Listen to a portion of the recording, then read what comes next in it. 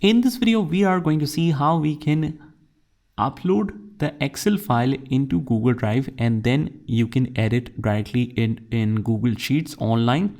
Here's how you can easily do it. So we have this Excel file saved in our computer. All we have to do is just open up drive.google.com. That will take you to the drive, and whatever folder you have, in this case I've created a new folder of Excel sheets. I'll go in here, and all we have to do is just drag and drop, or otherwise you click on new and click on file upload. We'll select our folder and select our file, click on open, and now we have our file loaded here. If you want to turn to grid layout instead of this list, you switch it from here.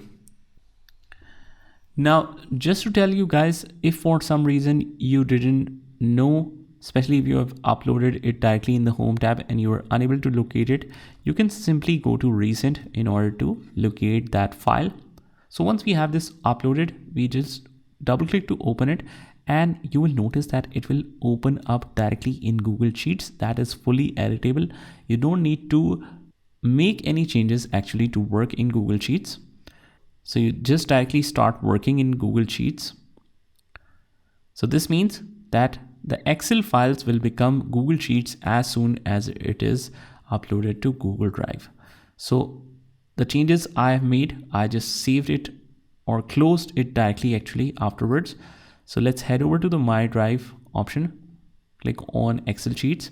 Here I have this file just to see if the changes are saved or not. Yes, they are.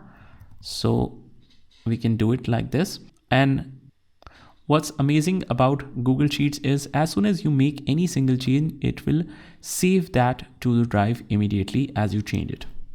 So that's about it. I hope you found this video helpful, and if you did, hit the like button and subscribe to our channel, and I will see you in the next one.